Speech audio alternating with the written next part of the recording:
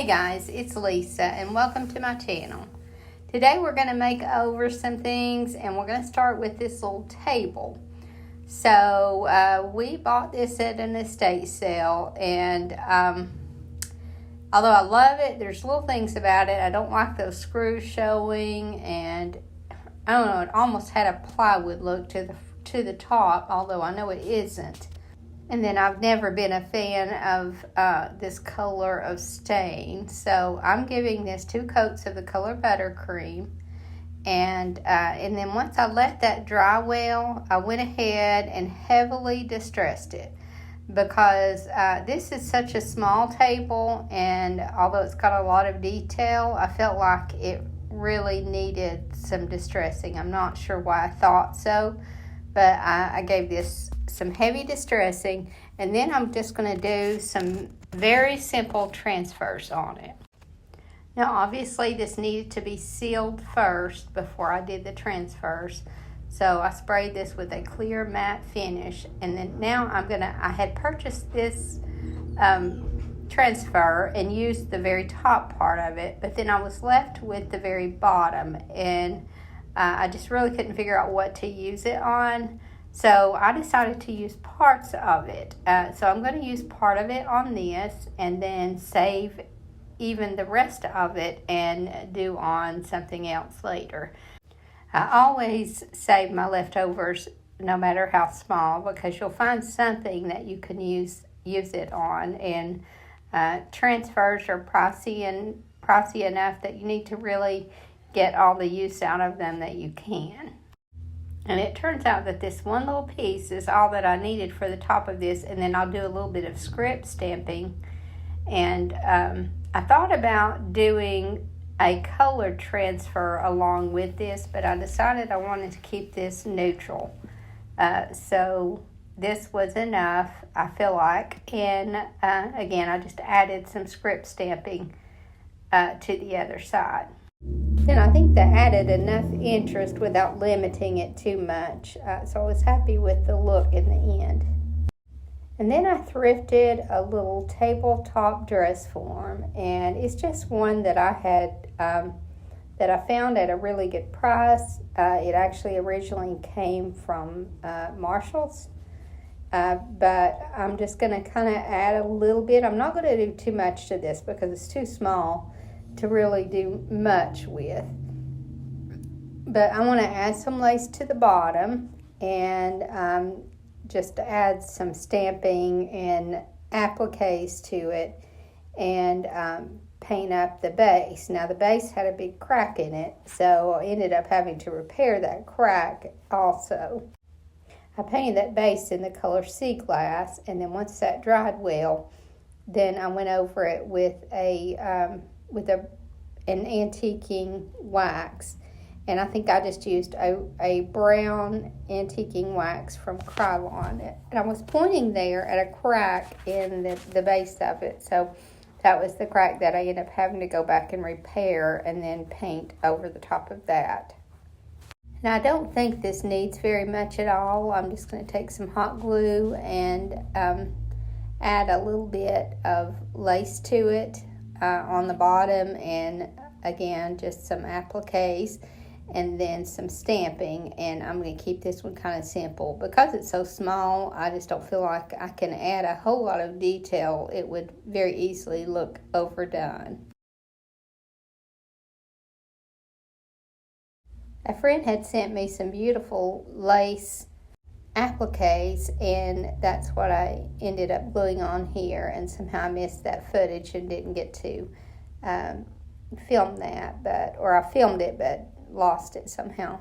So as you can see, I glued those on, added some stamping and some lace around the bottom, and kept this one very simple. Now here I haven't went over this with the brown wax yet. I'm doing a little bit of distressing first, and then I'll go over this with the brown wax, and then that's all that I end up doing to this.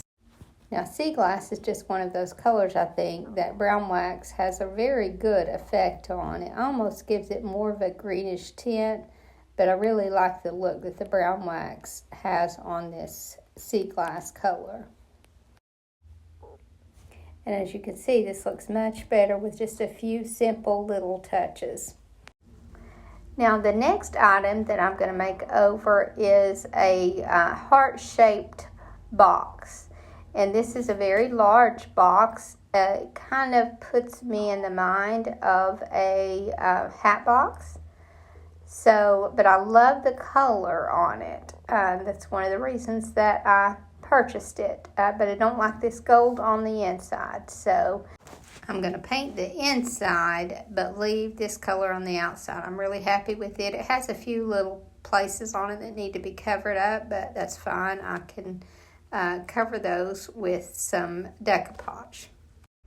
So don't worry about painting the sides of the inside, but the bottom and the top of the inside is going to get 2 coats of the color Buttercream. And although this box is a much lighter color, it's so close to the sea glass that it's going to work really well in this vignette.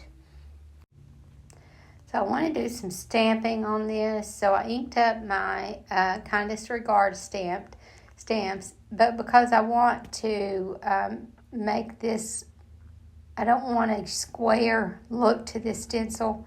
I just inked up the center of it and didn't ink those corners. And then that helps it kind of fade away when you don't want to do a whole area. And again, I did the same thing with this lid. Now I'm going to be doing minimal stamping on this, but I'm going to also do some decoupage with some napkins. So I'm doing a combination of those. I didn't want to use a transfer on this because I'm kind of picky about using my transfers. I don't want to use larger transfers on items like this that I can't get my money back from. And so I think when you're doing your transfers, you need to, unless you're doing them personally for yourself, you need to keep in mind what you're going to be able to ask from them or out of them, and what do you expect to be able to get from your item, because sometimes it just doesn't pay to put all those transfers on items when you can't get your money back. So more often than not, I just take some napkins, and if you haven't decoupaged with napkins before, you need to remove the back layers, and you're only decoupaging that very top layer that has the design on it. And I don't feel like I need to add too much of this either. I could have just decoupaged a solid design on the whole thing, but I like that layered look. And again, you're saving on your napkins if you're only decoupaging in areas. So I just randomly decoupage these on both the inside of the bottom and the inside of the top.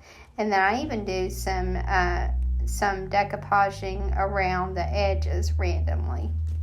And then the very top of the box is also going to get some script stamping and some decoupage.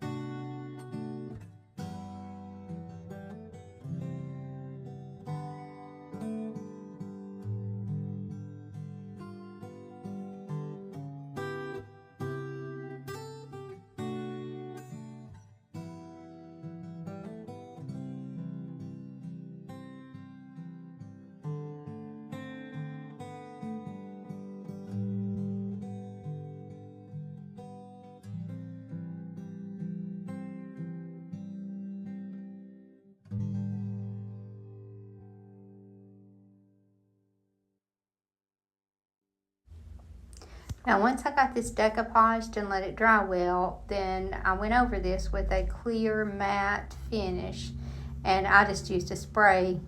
I think I used Rust-Oleum clear matte finish, but you could use a brush finish on this if you wanted. I just wanted to seal it because although it's already sealed, where I did my decoupage, it has a different finish than the rest of it, so I needed to even that out, and that's why I finished it with that coat.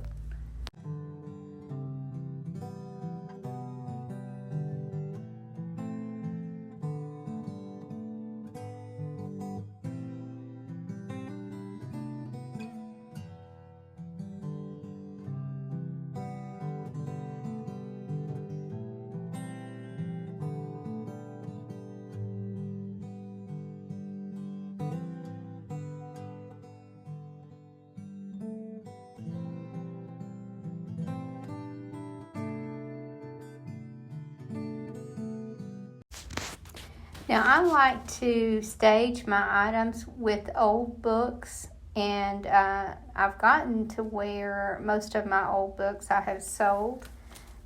So I decided to take some of my regular books and make them look old. And then some of my old books that I have that do have some age on them, maybe they're not the right color, and I like to have certain colors that I stage with.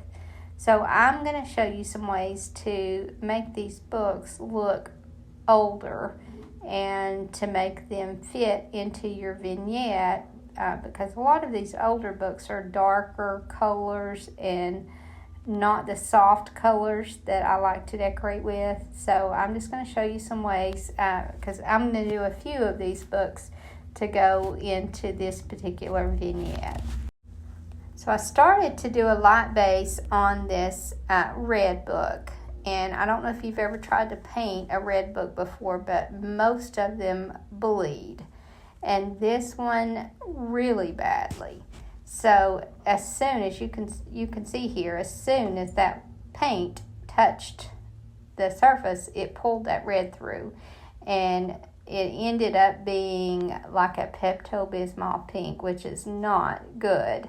And I knew that even my second coat, as badly as this bled through, even my second coat would do the same. Now, I could have went over this with a clear finish first, but at some point I just decided, instead of going back over this with a sealer first, I decided to just go ahead and work with that red. I need a soft pink in my vignette anyway, so what I end up doing is taking that same book and going over it with a tan color, and I think I just used burlap. And believe it or not, using the burlap color over that pulled that red through just the right color, and it ended up being a very vintage pink. And you can see here on this one, even though this is more of a burgundy, just that little strip there at the spine, it started to pull through some also. But anyway, I'm just base coating some right here, and I'll show you what I do with that red book to fix my problem. So I flipped it over to the other side here just to show what this burlap color will do beside that other color of pink, which again I think is Pepto-Bismol pink. But at first it looks like this is not going to work, but as you can see there on the end, it's already pulling that back through, and it makes a really pretty color of pink that looks like a color that would be on an old book. So this worked perfectly, and it even pulled maybe a little darker than I wanted it to. And so when I put a second coat on it, then it was just perfect. And I even went over the first side that I had first painted white with this color, and it pulled through that. So it just, I don't know that you could ever cover this red up. I don't know why it bleeds so easily, and I would assume that a clear finish would seal it, but I wouldn't even be surprised if it didn't, because this pulls through so much. So I think the best thing to do is just work with it. Use your red books for pink, and if it is pulling too much pink through and where it's too cool of a pink, then just use a warmer base like this beige, and chances are you'll get more what you want.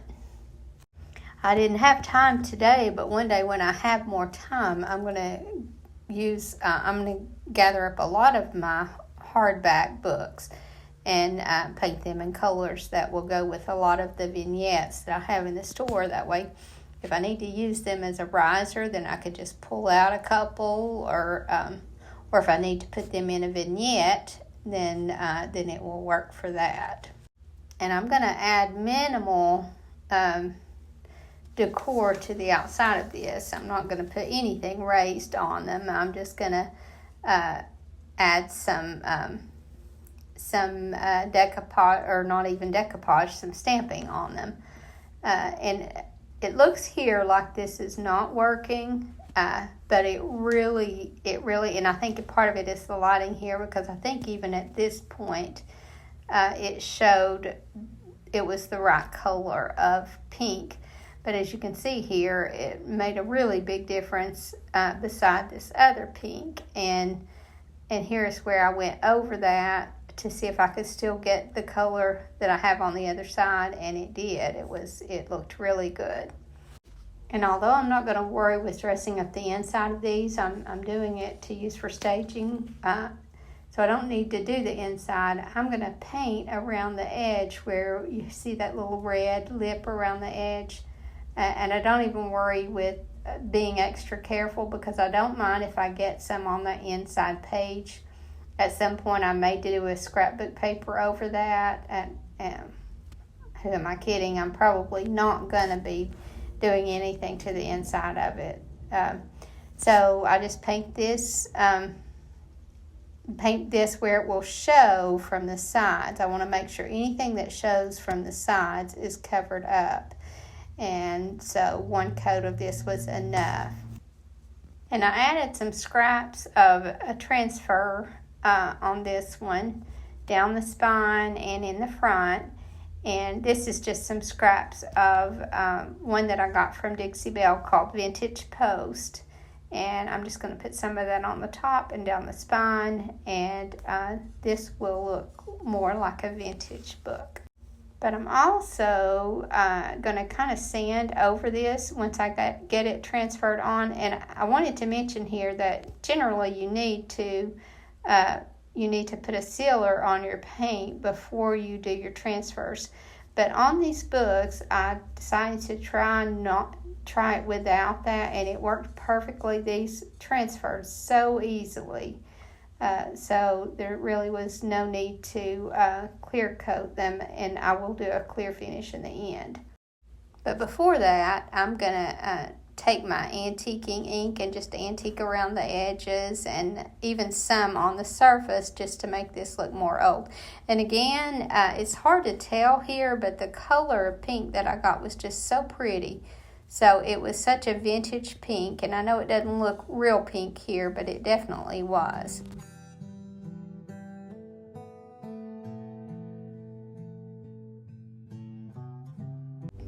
So I did the first one in that muted pink, and then I did this one in the color Sea Glass, and then I'll put a transfer on this one as well. And with this one, since the base, the original book was black, I decided to do some distressing with some sandpaper on this one. I needed to sand this transfer down some so it didn't look so bold, especially around the edges. So when I did that, I just kind of sanded around the edges some too, just to give this book a little bit more of an aged look. And then obviously I went over it with my antiquing ink also.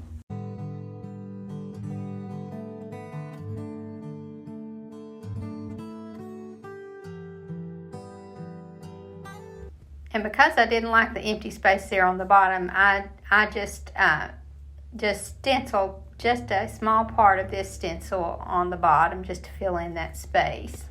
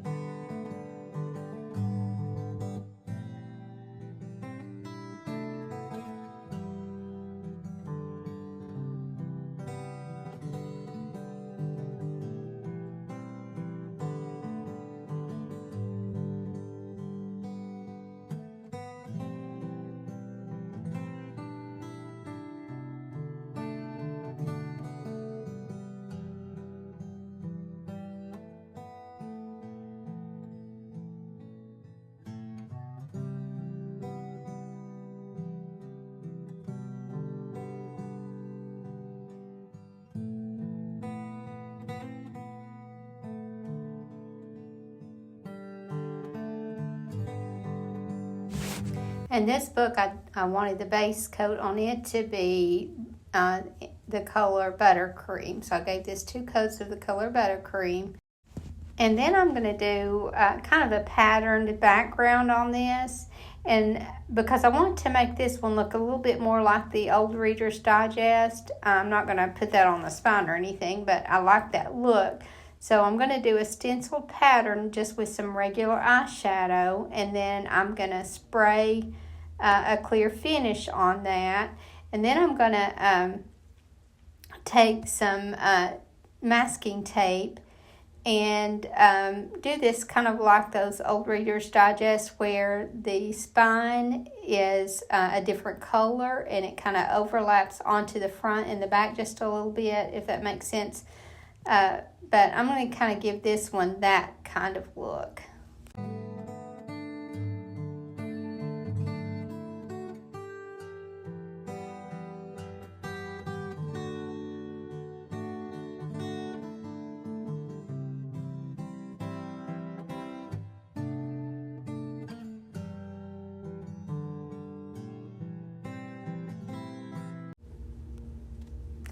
Now, I don't know if you noticed, but to get this color of pink, I just dipped my brush in both the pink and the yellow so that it would be a little more muted pink than that palette had. And I'm using antique linen colored distress ink on this one. I actually used that same color on the other 2 books. Now here I am taping this off so that I can paint the spine a different color.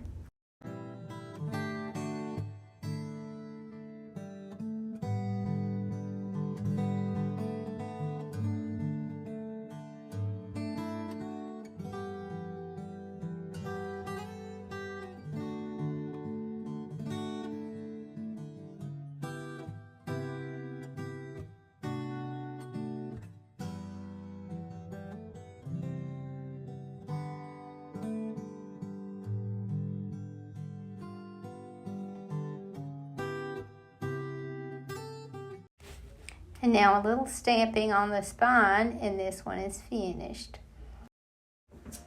That gives me the 3 colors that I'm using in this vignette, and I'll just kind of use this as a book stack. And although I know these are not, they don't look like true antique books, they have that look, and that's all that I'm going for because I just want to use them to decorate with. And as I'm looking at this book, I wish that pink would show up in the video like it does in real life. So now I received a couple of hang tags, actually one in the mail, and then one viewer brought it by because she's semi-local. So this one is from K Stone in West Virginia, and I love this. This one has the primitive style that I really like. I guess I probably decorate more primitive than anything. Primitive with a little bit of cottage, I guess. But I love the cardboard in the back of this one, and I love that old tea-stained paper. I think this one is just absolutely beautiful. And then this one wasn't mailed. It was brought by a semi-local viewer who I have become good friends with, and her name is Debbie Caulfield. And then I love, of course, the scripture that she used on the front. I think that added such a sweet touch to this one. I can't tell you how much I've enjoyed these hang tags and how much I appreciate you guys for participating and sending all those in. It's just been such a blessing to be able to show these.